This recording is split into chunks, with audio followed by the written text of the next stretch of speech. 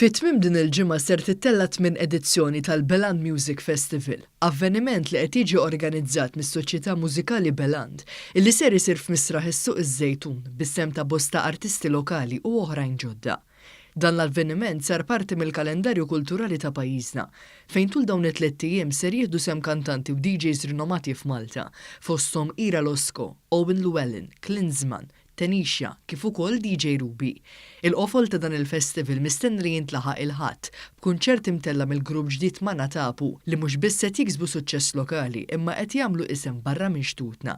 Is-segretarju tas-Soċjetà Mużikali Beland, Anton Aquilina, qal li l-ħsieb wara din l-inizjattiva huwa li jkun xprunat it-talent lokali. In-nies hawnhekk se jiġu se jaraw spettaklu minn diversi artisti Maltin huwa il-ħsieb tagħna u l-dik tagħna illi nixprunaw iktar il-mużika Maltija, il-gruppi Maltin.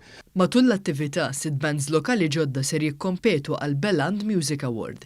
Dan il-festival qed jittella bil-kollaborazzjoni tal-Kunsill Malti għall-Arti. Mawa News, is-Sur Aquilina semma kif din l-għajnuna ta' imbottatura lil diversi soċjetajiet u gruppi sabiex jiġu organizzati inizjattivi ta' din ix-xorta. Din l-għajnuna li qed iservi ħafna għas-soċjetajiet mużikali speċjalment, is-soċjetajiet qed jarġgħu jieħdu nistgħu ngħidu qed jieħdu r-ruħ għaliex qed ikun ta' benefiċċju kbir għalina biex inkunu nistgħu norganizzaw ħafna attivitajiet kulturali. Jumejn qabel jitla s-separju, il-Ministru għall-Kultura Owen Bonnici għamel żjara f'misraħ is-Suq iż-Żejtun fejn iltaqa' mal-volontiera u l-organizzaturi. Semma kif din it-tip ta' għajnuna li qed tingħata mill-Kunsill Malti għall-Arti din ser tixpruna aktar talent u fl-istess waqt jaqdu lill-komunità.